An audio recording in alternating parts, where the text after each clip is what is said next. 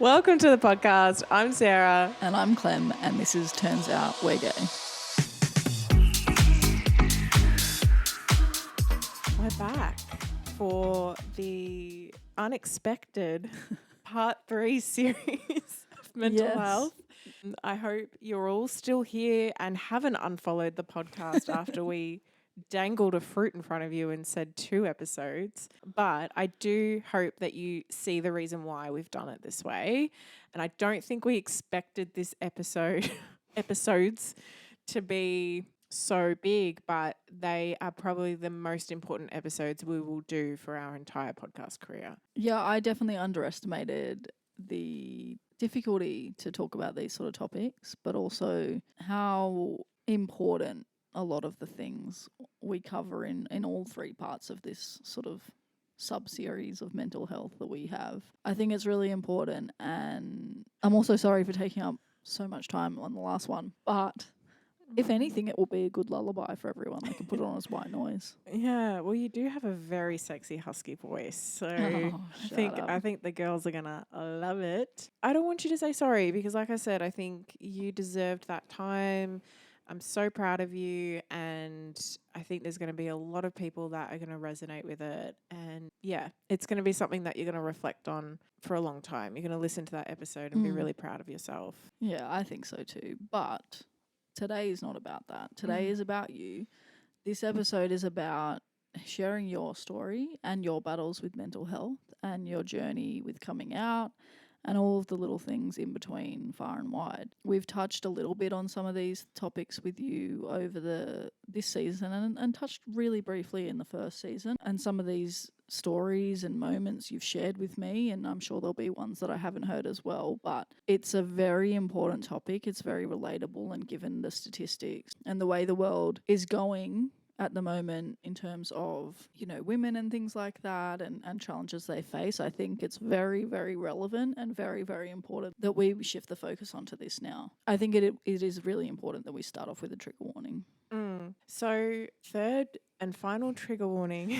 I don't think say final. I think we've got to stop guaranteeing things and putting things at the start of the episode. This is something we're learning as we go. We're very new to this podcasting world, and we're figuring that out, but definitely not guaranteeing that this is the final trigger warning, but it is the third, that's for sure.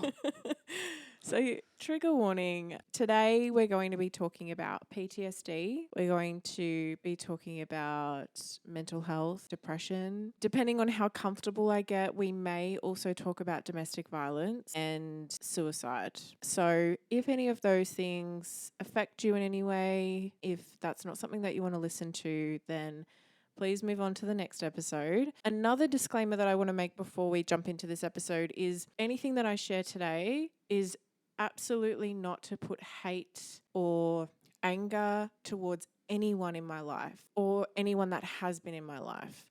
So if you do know me on a personal level and you listen to this and you know who I might be talking about or anything like that, please know that I have healed a lot. It's taken me a very long time to get to this point. I have healed with a lot of people in my life, and I absolutely do not want any hate going towards anyone. But I do think that my story is important, like you said, especially in the current times, and will shed light into who I am as a person and what brought me to where I am, not just about being queer, but about being the powerful woman that I am, because I am. And it takes a lot to say that, but I think anyone that knows me personally would say that. And it's taken me a long time to admit, that I have a lot of strength in me, and it's from a lot of the shit that I've been through. So, like I said, last time I'm going to say it, and I really do hope this sticks. I do not want hate shared. I don't want messages sent. I don't want any of that because, like I said, I have healed and, in some ways they're still a part of my life in different avenues. And I think if anything, I just want you to take away what resonates with you and not to have any type of cancel culture. That's really important to me. Yeah, absolutely. I think that's very admirable that you sort of made that really known. You said that you're a strong woman. You are the strongest woman I know, and it's damn sexy. I'm very lucky, but this is a really sensitive topic, and it is for a lot of people. And the reason we're talking about these hard topics is to help people Yeah. not only understand us, but mainly to help them through the things that they're going through that relate to these topics. So we're doing these topics so that people can relate to them, that they don't feel alone in these journeys, that they can see that other people go through these things, but also we try to sort of give advice and things along the way, that things that helped us through these moments and whatnot. Like Sarah did for me, I'm going to give majority of the airtime to Sarah, and I'm going to sit and listen and be in awe of you and your storytelling and your journey that you're sharing with us the whole time. So I won't be contributing much, but I just wanted to say before we got into it that I'm extremely proud of you. This is huge that you're doing this, and I love you, and I can't wait for people to hear this in a sense that I think it will be really impactful. Yeah. I love you. Let's see if I can get through this without crying. I don't think so. I'm really hoping that I can, because there's a lot that I want to say and there's a lot that I've learned. So be patient with me. You've got this. So, what I wanted to start with is, what is PTSD? So, PTSD is post traumatic stress disorder. There's also complex post traumatic stress disorder. Any psychologist listening to this, mental health professionals can correct me, but complex usually derives from childhood, but it can also come from multiple streams of trauma. And I mentioned this in a previous episode where PTSD at the moment is quite a pop word used for, I've got PTSD from the pizza I just ate. But I think when I got clinically diagnosed with it, hearing it from a professional saying that all of my experiences that I went through that led to me having an incredibly complex PTSD diagnosis, it was life-changing for me, to be honest, because I had been struggling with this since I was 21, right up until 29, until the day that, it was said to me. And it had been said to me before a few times, but from, psychologists and things that this probably is what's come about. But to really have someone say it and to help me work through it and to come out on the other side of it is a totally different experience. And so I encourage, if you are using PTSD in your language, it can be funny to be like, I've got PTSD from this, but it can take away from how serious post-traumatic stress disorder is. So if you don't know what that is, it is basically something that happens to you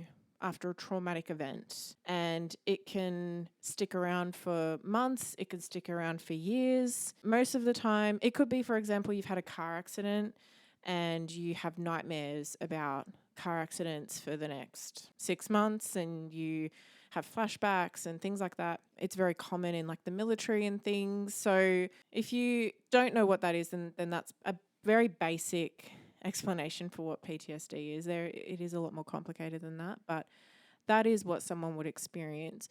PTSD can also come from relationships. So someone who's been through domestic violence, someone who's been through emotional and mental trauma, financial trauma. It can be from so many different things. Sorry, actually, wait, take it back a sec. How this relates to my queerness is I actually, as I've said in previous episodes, I knew I was gay from a very young age, but I had this, internal homophobia and was really struggling with it. And I do believe that if these events didn't happen to me, then I probably would have come out a lot earlier in my life. But unfortunately, this is my story, so it is what it is. But we'll probably start with when I was 21. And this is a pretty horrible story, so yeah, I don't know if anyone wants to listen to this, but we'll see. I had a stalker. And I'll do a long story short because you guys don't want a 4-part series, but I was living in Melbourne and I had a man, and I wouldn't even call him a man. He was probably about 17 or 18, and he lived around the corner from the house that I was staying in. It was me and 2 other girls. He had been stalking the house for about 6 months since we moved in.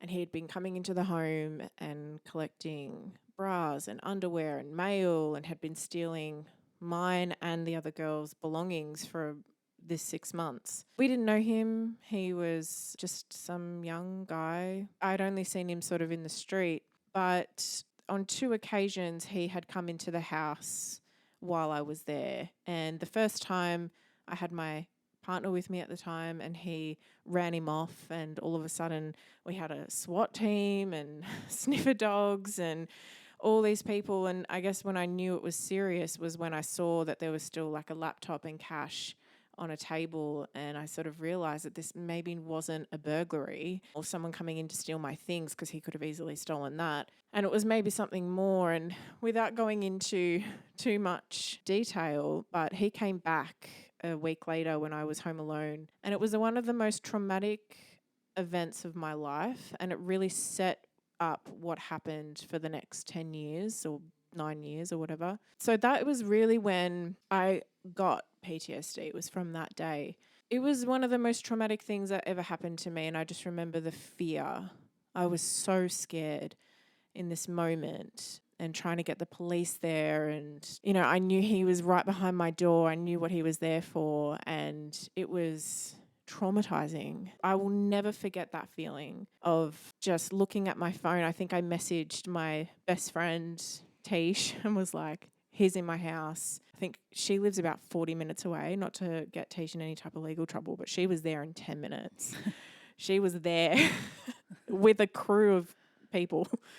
I was messaging my partner at the time, who had just left the day before after staying with me for a week after what had happened the week before. I was messaging everyone, basically saying goodbye, because I was like, this is it. Like, I'm a female, a young female, home alone with this person, and they're behind this door, trying to get in. And something changed in me. It was like I was never the same after that day. Yeah. One thing that I won't forget is actually the police saying you need to come and open the door, and I just couldn't. I could not open the door. I could not leave that room. I had like police coming down the side street of the house, like knocking on the window saying it's safe, and I just could not move. And I felt so weak. And I think that's why I'm so strong today, because I felt so weak in this moment of like pure terror. Imagine being scared and then elevate that to like a level that you can't even imagine. Yeah. I finally got the courage to open this door, and there this person was on the ground, and he was saying things like, that's my girlfriend. And I was like, I don't know you, sir. They had him on the ground and whatever, and, he ended up going into custody, and all these things happened with him, and we had to move out. But that day is where PTSD started for me, but I didn't realize. I didn't know what it was. I had to do like a victim impact statement. I had police calling me saying, have you seen a psychologist? Have you gone and got checked out? And me being 21, I was like, I'm fine. I'm cool. Going out for drinks with my friends. But really, I was traumatized, and this really set up for me to, have a relationship that wasn't healthy at all. And as much as I have a lot of love for my ex-husband, and I really do appreciate the relationship that we had at times, it wasn't a healthy relationship. It was really unhealthy. And it started with me being so scared that I needed protection. And I built this relationship with him to get that protection for so long. I wanted cameras everywhere. Yeah. I couldn't open doors. If I went to the bathroom, I couldn't close the door. Like, I was terrified to open a door for years. I was terrified to be home alone for years. And this led to really unhealthy behaviors. And it led to a complete personality change and shift. And it allowed me to accept behaviors from my partner that at the time were not great. Like really, really not great things. Unfortunately, in that relationship, they were also dealing with a mental health struggle that I've talked about in a previous episode. But I don't want to at all put this person on blast, so I won't. I was accepting really horrible things. And I remembered for about maybe 5 years, I didn't know who I was. It wasn't just what's my sexuality. It wasn't just that. It was like, Who am I? Who's Sarah? I had no idea for years. It wasn't until recently, and I was battling with panic attacks, anxiety, and just this constant need to have someone near me all the time, 24/7. This came out in life, in my relationships, but also in my friendships, in work. I really threw myself into my career and in an unhealthy way because I wouldn't deal with what was happening. What was happening is I had PTSD. And unfortunately, my PTSD grew into other things, like things that were happening in my relationship at the time, experiences that I had witnessed, unfortunately. And without going into too much detail, because it's not my story to tell, but I was confronted with really horrible things that I had to witness someone else who was in pain go through. That was challenging when you love someone so much and you want to help them and you're struggling, and then you're seeing them struggling and you're giving them 1,000% to try and fix them, but you've got nothing to give. And that's what that relationship was. And so, when it got to the point where I ended that, I was so defeated. I was so traumatized. Not just by what had happened, but it was also by things that had happened as a result of being in a traumatic state for so long, but also just witnessing these things that had happened in that relationship. And ultimately, as you all know, if you've heard the love bombing episode, I met someone, and this is a crazy story. I feel like I could make a 25-part series, but I got a lot of trauma from that relationship. And, I had disclosed to him that I had spoken to somebody who said, a psychologist who had said, we believe you've got PTSD. I wasn't kind of ready to admit it, accept it, and was just kind of cruising on with my life. But also he sort of knew what was going on with my ex-husband, the things that I had just witnessed. I was going through things like, at the time, I was trying to talk my ex-husband down from jumping in front of a train. And so I was dealing with a lot of those things, and I got into this relationship who ultimately took all of that and took everything away from me. And this is the part that I want to focus on for domestic violence, because I didn't really get into it in the love bombing episode, and I think it's so important. But as we said, that relationship started with love bombing, but it evolved into a beast that I can't even begin to explain. By the time that I left that relationship, I was in a position where I was, locked in a house, in one corner of a house, with barely a bed, barely a blanket, and I wasn't able to use anything in my home. There were cameras everywhere, so I couldn't live. I couldn't exist. I was being mentally and emotionally abused and financially abused daily. And this went on for 3 years of being trapped and not being able to get out of it. And just remember, when I met this person, I was like 70 kilos. I was fit. I was full of life. I had just come out of my relationship with my ex. I was ready to explore being potentially bisexual. I was having a whole identity lift. By the time I left that relationship, I had put on so much weight. And I know weight's not important, but I had put on an astronomical amount of weight. I had started drinking heavily. I was eating barely anything with nutritional value in it. I couldn't wash my clothes. I couldn't wash my bedding. I couldn't have a shower whenever I wanted. Like, it was serious domestic violence in the shape of emotional and mental abuse. I am grateful for this person for admitting that that's what he had done. But unfortunately, the damage from that relationship was so severe that it had then linked on to trauma that happened to me about 4 or 5 years before that. And so it just kept building and building. And unfortunately, I got back into a relationship with my husband at the time. And in the last year of that relationship, I was dealing with my identity crisis. I was really struggling with who I am. I had come back into this relationship with him. I was everything that he wanted and more. He had that protector side of him again. and I felt safe again. But that didn't last long because a year into it, all the behaviors were coming back again.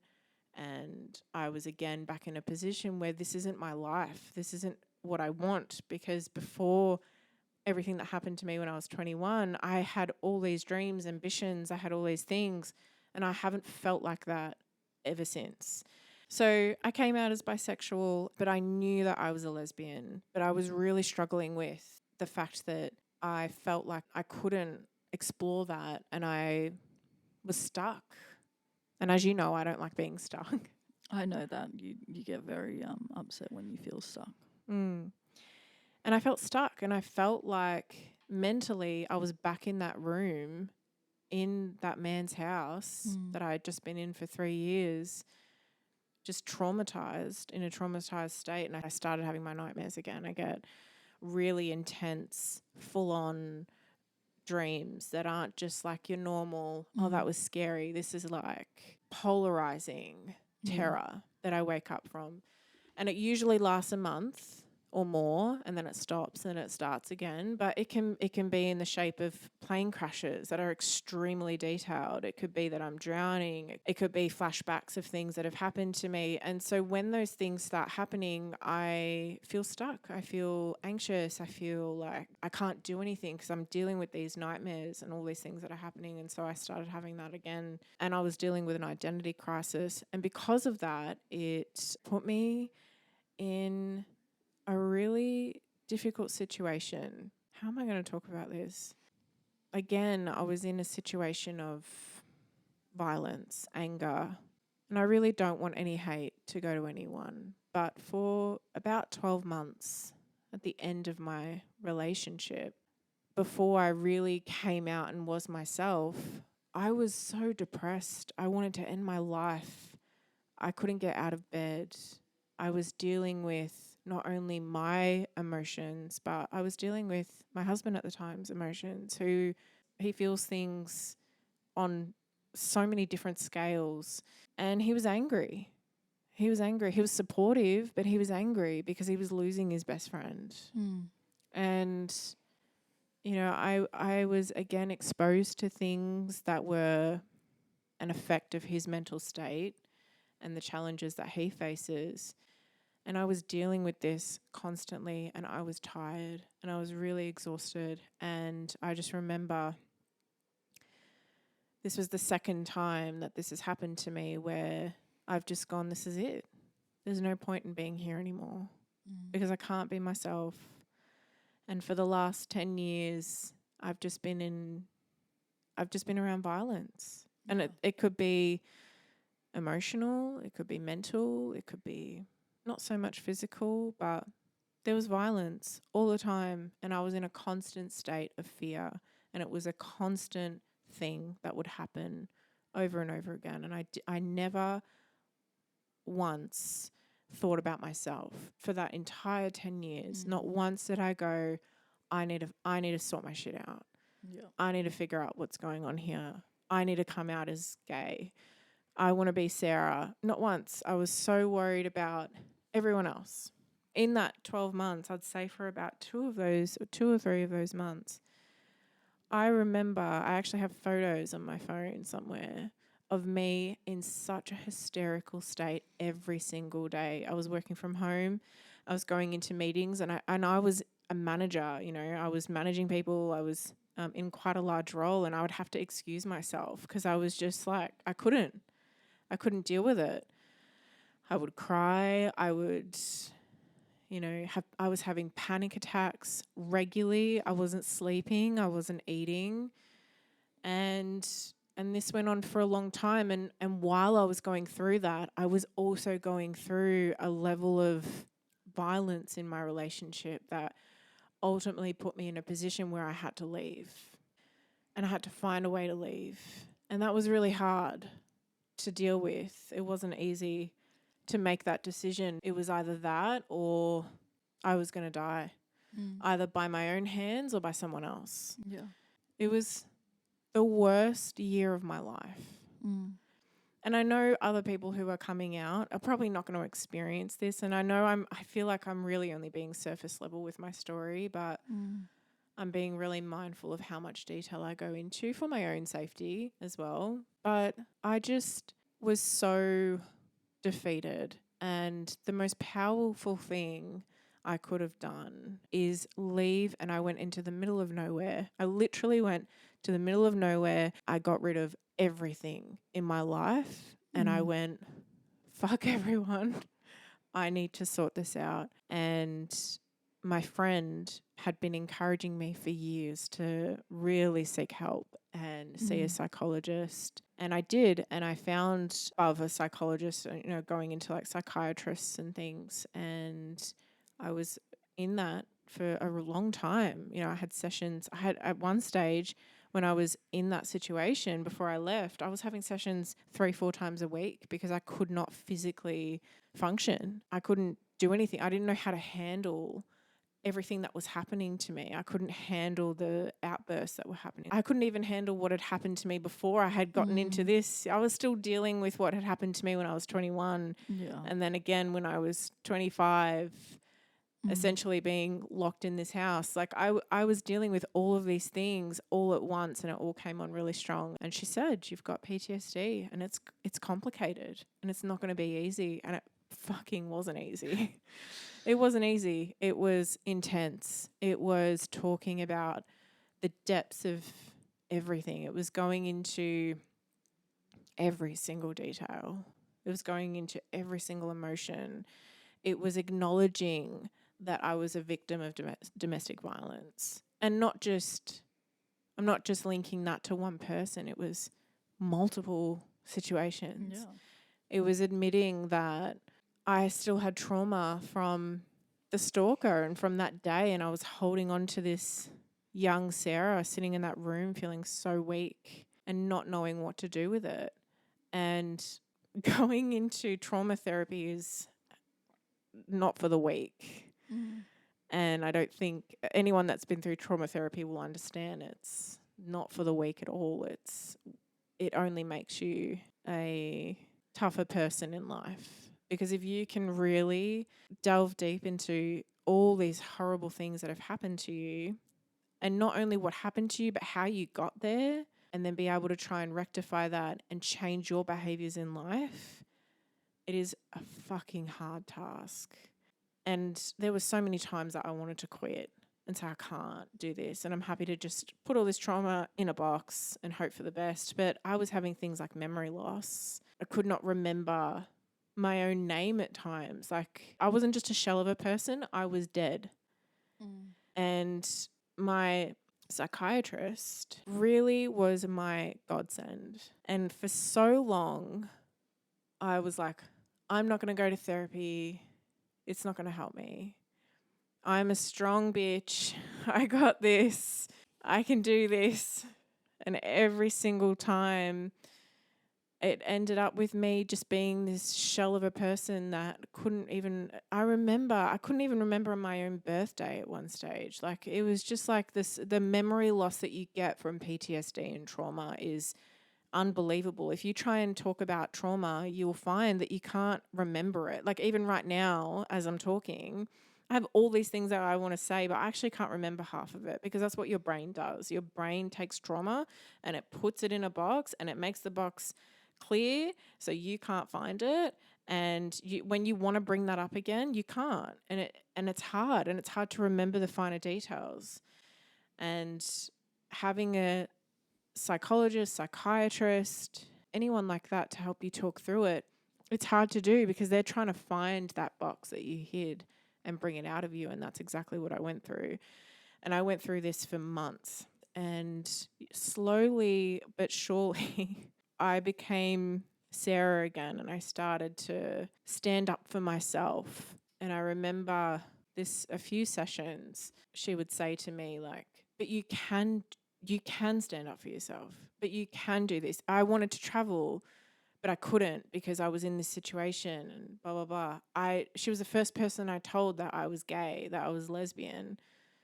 And she was like, but you can be a lesbian if that's what you want to do.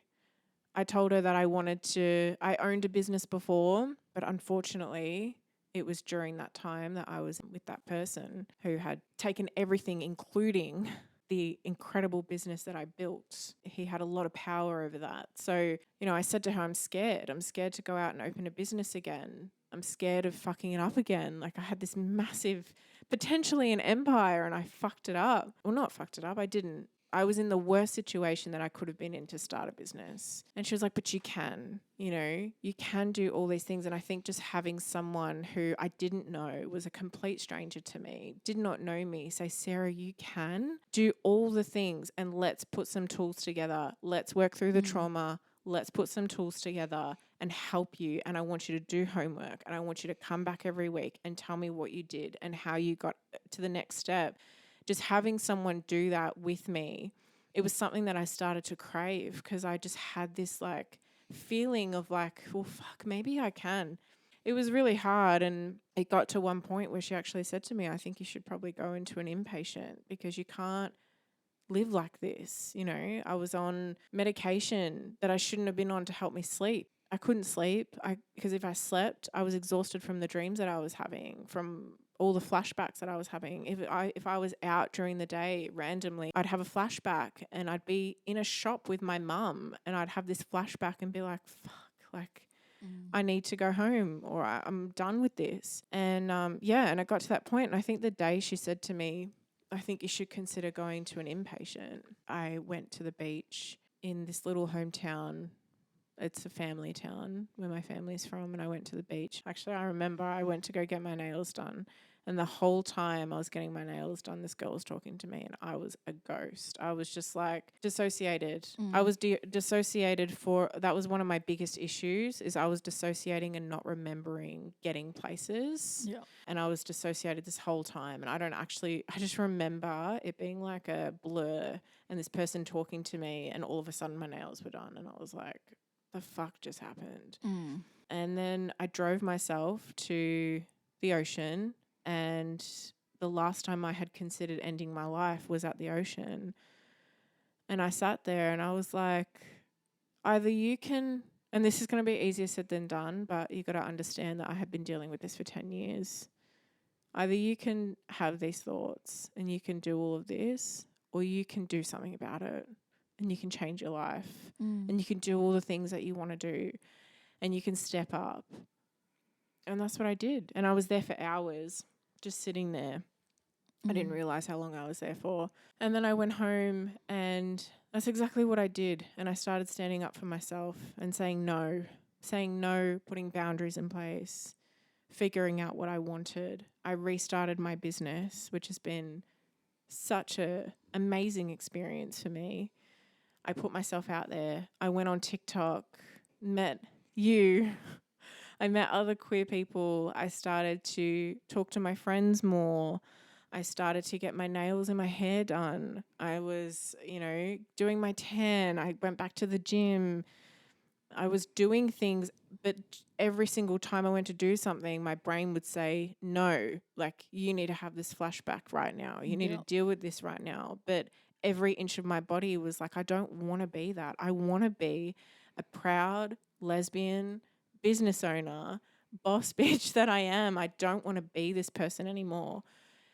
And it took fucking hell to get me out of that. And I remember when I met you, I said off the bat, just an FYI, I have post-traumatic stress disorder. And it's not something that's going to stick with me for the rest of my life, or it might be, I don't know, but I struggle with it. And I want to make sure I'm 100% myself before we get into a relationship. And by this point, I had already been out of this like traumatized state, and I had been doing really well. So I think if it was a few months before that, I probably wouldn't have even considered getting in a relationship with you. But at the time, I had been doing the work, and I had been doing everything I could. And I'm so glad that I did. And I know I didn't go into depths here, but I guess the point that I want to make is, if you're someone who is struggling with a story like mine, you've had something happen to you that is fucked up and it's traumatic, it's okay to be in that state, but you need to you need to try and talk to someone and get help. Because as much as you think you can do it yourself, I'd love to say that you can, but you can't, because PTSD is a beast of a fucking thing. It is annoying. It comes up at the worst times. It comes up here, you know. You've seen it when I've woken up and I'm like, fucking hell, like I don't want to have this dream. You know, I have a flashback and you're just like, shit, like I don't want to deal with that. But the biggest tool that I had was talking about it. And there's a lot of therapies that you go through, and I won't go into that because I don't want anyone to go and try and do those therapies without someone with them, because you need to be navigated. But there's a lot of different therapies that you can go to, but PTSD can be, there is a light on the other side. And if you don't know if you have PTSD, just go and have a chat, you know, find someone, whether it's a friend or I would recommend a psychologist or a counselor, and just talk about it and just say, these are my thoughts. I'm struggling. So a couple of signs to think of. I'm struggling with sleep. I'm struggling with flashbacks. My biggest one was dissociation. So you might be like going somewhere and then the next second you're somewhere else and you don't quite understand how you got there. Anxiety, panic attacks. If you're having any of those things and you've had a traumatic event, go and have a chat with someone and do it before it really becomes a big beast. Because I wish I did when I was 21, because I think a lot of the things that happened after that wouldn't have happened, because I would have been in a state of mind to make better choices. But I just wasn't, and I wasn't who I am today.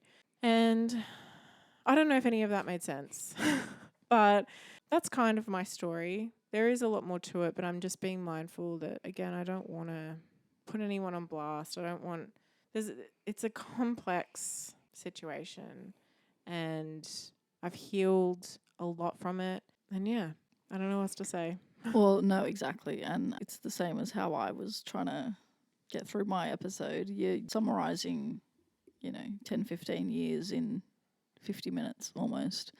It's near impossible. But I think you said as much as you needed to really get the message across of what you went through. And like you said, there's so much more detail and you've told me a lot of it. It's an incredibly intense and traumatic string of events that you went through.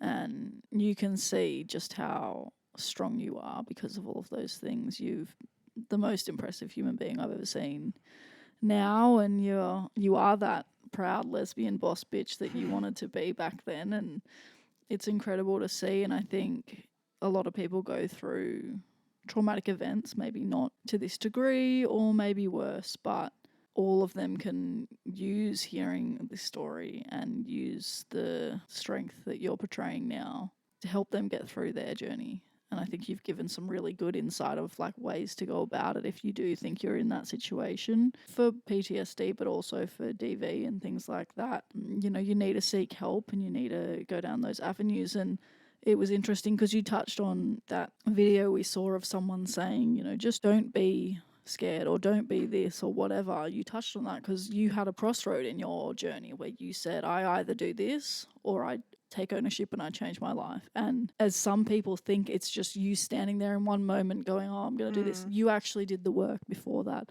And you went and spoke to someone who gave you the tools to get to that point, to be able to then go, not only do I want to change my life, but I now have the tools in my inventory to then go and put that into action. So I think there's plenty of things people can take from that, whether it be to help them in their journey or to understand people in their life that have gone through something similar. And I think it's extremely brave that you shared your story and went into more detail with it, because I know that it was really hard the last episode that you sort of touched on these things a little bit. And it is still hard for me to talk about even now. Like I'd love to, like I said, I would love to share more, but you can't. It's not easy. That's the thing with trauma, is it's not easy to talk about.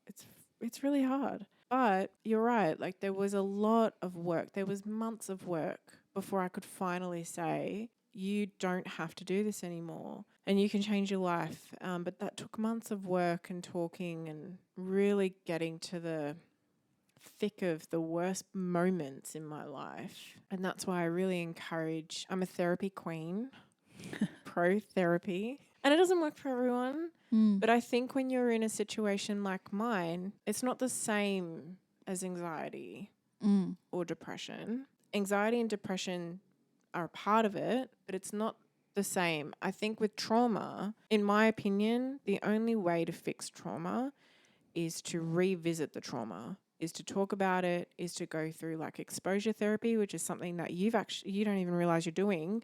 When you're anxious about something, you expose yourself to it.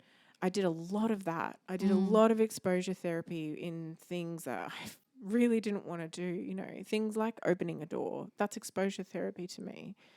Things like being home alone, those little things. There's a lot of work that got to that point, to the point where I was sick of doing the work, that I was like, just get over it and try and move on. And then obviously after that moment, there was still months and months and months of therapy. But it took a lot of work, and it took for someone else to really build Sarah up again, block by block, and to see that there was more to me, and to really just build on that and get to a point where I can say, fuck it, I don't want to be like this anymore. And I'm really proud of myself for that. And I'm really thankful to a particular friend that really pushed me for a very long time to get help, and also to get out of the situations that I was in. It's very heartbreaking when you're a family member or a friend of someone who's going through DV, trauma, anything like that. It's incredibly hard to see what's happening. So yeah, I'm very thankful for her, but I'm so thankful to my therapist, because if it wasn't for her, I don't know if I don't know. I wouldn't be here if it wasn't for going through trauma therapy and therapy. I wouldn't be here, because it was not a life. It was just someone who was completely and utterly traumatized. It wasn't a life, it was a nightmare. It was. It was a nightmare. It was literally a nightmare every day. So I'm very thankful for that. Now you live the dream every day. I do. I'm just kidding. No, but seriously, like, I think, look, I'm going to come up against PTSD again. It's not as simple as it just going away. It will come up again in some ways. It still does today. But I think I have enough tools now to be able to talk about it, to be able to have open conversations about it, to be able to live the life that I want to live. I don't think many people would know that, or they would be surprised that I'm sitting here today saying I was diagnosed with PTSD.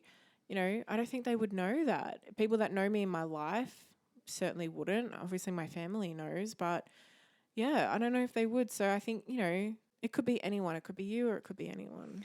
Yeah, I think the commonality in how we both got through it was seeking help. Yeah. Which we're both massive advocates for, but also the fact that we have spoken so openly and honestly together about this, I really encourage you, when you do get to a point of being in a relationship with someone, to really communicate these sorts of things that you have going on in your life, because like you say, things come up. Like, I have my moments of anxiety and things like that, and you help pull me out of them. And just the other day, we were in a car stuck in traffic and we weren't moving, and you felt trapped and you started to panic. And because I can understand the panic attack side of things, I was able to try and help you out of that.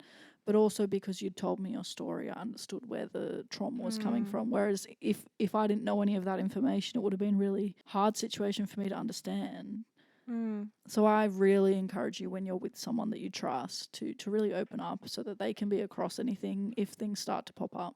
The last thing I want to say before we close out this 17-part series, I just want to touch a little bit on trauma bonding before we close this out, because I think this is so important. And I think you would agree that anything that I've shared with you about my trauma, I have set a really clear line that it is my trauma. It's not for you to bring on. It's not for you to take on. It's not even for you to feel sorry for me about, because it wasn't something that happened when you were in my life. And I appreciate your love and comfort, and of course you get affected by it. Like, it's silly to say that you wouldn't. But trauma is an individual thing. And if you're in a relationship or coming especially if you're starting to date and you haven't dealt with potential trauma or anything like that, really, you might come in and just completely offload your trauma to somebody. And when we started dating, I think all I said to you was, I suffer from PTSD. Mm-hmm. I deal with it. It's my thing. I just wanted to let you know. And these are some of the things that can occur. Mm. And I don't think we really started talking about my trauma until it was really needed. Like things had come up and I was like, hey, okay, let's talk about this. But trauma bonding is happening just as much as love bombing and Yeah. all these things. And what happens, and this is exactly what happened to me, is I met a person, I was traumatized and I was like, help me, protect me, save me. And that person went, shit, I need to save her. I need to protect her. She's been through this horrible thing. And then your whole relationship is built off a foundation of trauma. And that is never safe. It is so dangerous. And all of a sudden, and this is again something that happened to me, is that I took on his trauma. He took on my trauma and it went backwards and forwards. And then when I would go to say, hey, I've got an issue with how you dealt with this, or vice versa, it would come back to trauma. It would come back to past trauma. At the end of the day, when you're in a relationship, it is not your partner's responsibility to fix, manage your trauma. It's not. And trauma bonding can cause some of the most toxic behaviors in a relationship. So I encourage anyone that's listened to this who does go into a relationship and openly talk about trauma straight off the bat and wants to know what the other person went through and to try and like build this connection, really don't do it. Try and work on yourself first. Try and work on those traumas first. Build some really good behaviors and then go into a relationship. It's not that person's responsibility to deal with your triggers, traumas, all those things. And that's the last thing I want to talk about on this is trauma bonding. So it's just, it's a big issue at the moment. Yeah, absolutely. And that's me done. Well, I think you've done incredibly well. I'm extremely proud of you. I think it's going to do wonders for people that need it in their life at that moment. But also I'm excited for people to see a little bit of behind the scenes of Sarah. You are a very strong, powerful boss bitch woman, proud lesbian, and it hasn't come easy and it's been a long journey and it's something to be proud of and it's something that I constantly admire about you is where you are now considering what you've been through. Well, I really hope this helps one person. I think it'll We'll help a lot. see. And we'll put some links down below of where you can seek some help. I might also just pop down some online therapists that I found to be helpful. It's not the ones that I went through, so don't worry. But just in case you're someone who doesn't want to go sit in front of someone, you know, I think that's really helpful to have somewhere to go where you can talk in the comfort of your own home. And if you want more conversation, I don't know if either of us will be able to do another deep and meaningful about our past and our mental health challenges, but if you do want us to delve into things like anxiety, social anxiety, PTSD, trauma bonding with a therapist in on the conversation, I'd be so open to doing that. Yeah, 100%. So you guys have to reach out and let us know because I think we've shared our stories now and we'll definitely touch on it here and there, but it's probably as much detail as we're going to go in. Yeah, I think so. Thanks for listening. If you've unfollowed, I understand. Thanks for listening to our 5 million TED Talks. I hope you took something from today and be kind to yourself. Go make yourself a cup of tea. Give your partner a massage, maybe. Perfect. And we'll see you on the next one. All right. 1, 2, 3. Love you. Bye.